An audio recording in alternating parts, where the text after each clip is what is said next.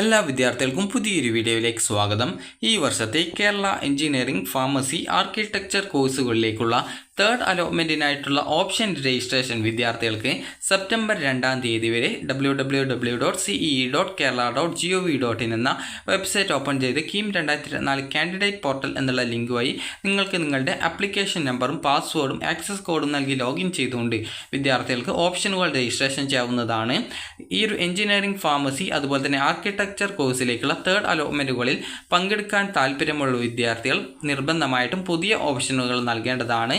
നിങ്ങൾ നേരത്തെ നൽകിയിട്ടുള്ള ഓപ്ഷനുകൾ, അതായത് സെക്കൻഡ് അലോട്ട്മെൻറ്റ് വരെ നൽകിയിട്ടുണ്ടായിരുന്ന, അതായത് ഫസ്റ്റ് സെക്കൻഡ് അലോട്ട്മെൻറ്റുകളിൽ ഓപ്ഷനായിട്ട് കൊടുത്തിട്ടുണ്ടായിരുന്ന എല്ലാവിധ ഓപ്ഷനുകളും ഡിലീറ്റ് ചെയ്യപ്പെട്ടിട്ടുണ്ട്. അപ്പോൾ അതുകൊണ്ട് തന്നെ വിദ്യാർത്ഥികൾ പുതുതായിട്ട് ഓപ്ഷനുകൾ നൽകുകയാണെങ്കിൽ മാത്രമേ നിങ്ങളെ അലോട്ട്മെൻറ്റിലേക്ക് പരിഗണിക്കുകയുള്ളൂ. അതായത് ഇവിടെ പ്രത്യേകം സൂചിപ്പിച്ചിട്ടുണ്ട്, ആർക്കിടെക്ചർ കോഴ്സിലേക്ക് പുതുതായിട്ട് ഓപ്ഷനുകൾ നിർബന്ധമായിട്ടും രജിസ്ട്രേഷൻ ചെയ്യണം. അതുപോലെ തന്നെ എഞ്ചിനീയറിംഗ് കോഴ്സും ഫാർമസി കോഴ്സിലേക്കും നിങ്ങൾ പങ്കെടുക്കുന്നുണ്ടെങ്കിൽ ഈ ഒരു പുതുതായിട്ട് ഓപ്ഷനുകൾ രജിസ്ട്രേഷൻ ചെയ്യേണ്ടതാണ്. നേരത്തെ നൽകിയ എല്ലാ ഓപ്ഷനും റിമൂവ് ചെയ്യപ്പെട്ടുള്ളത് കൊണ്ട് തന്നെ വിദ്യാർത്ഥികൾ നിർബന്ധമായിട്ടും ഈ ഒരു രജിസ്ട്രേഷൻ ചെയ്യേണ്ടതാണ്.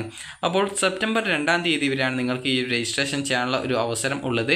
അതുപോലെ തന്നെ ഈ ഒരു സെപ്റ്റംബർ 2-ാം തീയതിക്ക് ശേഷം, അതായത് ഈ ഒരു നിങ്ങൾക്ക് താൽക്കാലിക അലോട്ട്മെൻറ്റ് ഈ ഒരു സെപ്റ്റംബർ 4-ലാണ് പ്രസിദ്ധീകരിക്കുക. ആർക്കിടെക്ചർ കോഴ്സിലേക്കുള്ള 1-ാം ഘട്ടത്തിൽ രജിസ്ട്രേഷൻ ചെയ്ത ഓപ്ഷനുകൾ എല്ലാം റദ്ദ് ചെയ്തിട്ടുണ്ട്. അതിനാൽ മുൻഘട്ടങ്ങളിലെ അലോട്ട്മെൻറ്റ് പ്രകാരം അഡ്മിഷൻ നേടിയവരെയും ഇതുവരെ അലോട്ട്മെൻറ്റ് ലഭിക്കാത്തവരെയും ഈ ഒരു ഘട്ടത്തിലെ അലോട്ട്മെൻറ്റിൽ പരിഗണിക്കപ്പെടണം എന്നുണ്ടെങ്കിൽ ഓൺലൈനായിട്ട് ഓപ്ഷൻ രജിസ്ട്രേഷൻ നിർബന്ധമായിട്ടും നടത്തണം. അതുപോലെ തന്നെ മുൻ അലോട്ട്മെൻറ്റുകളിൽ അഡ്മിഷൻ ലഭിക്കുകയും എന്നാൽ ഈ ഒരു ഘട്ടത്തിൽ ഓപ്ഷനുകൾ രജിസ്ട്രേഷൻ ചെയ്യാതിരിക്കുന്നവരുടെ മുൻ അലോട്ട്മെൻറ്റ് പ്രകാരമുള്ള പ്രവേശനം നിലനിൽക്കുന്നതാണ്.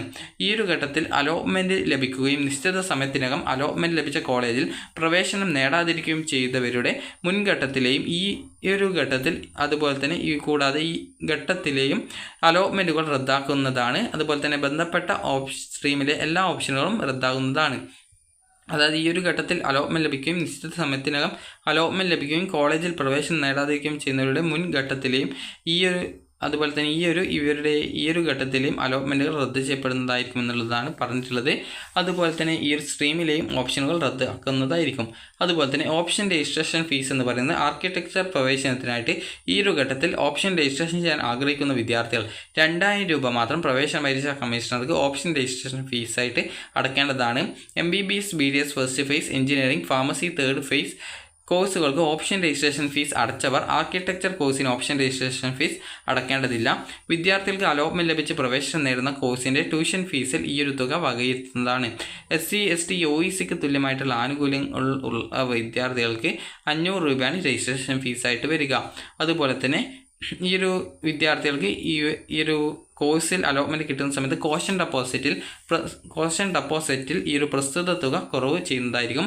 അലോട്ട്മെൻറ്റ് ലഭിക്കാത്ത വിദ്യാർത്ഥികൾക്ക് ഓപ്ഷൻ രജിസ്ട്രേഷൻ ഫീസ് തിരികെ നൽകുന്നതാണ്.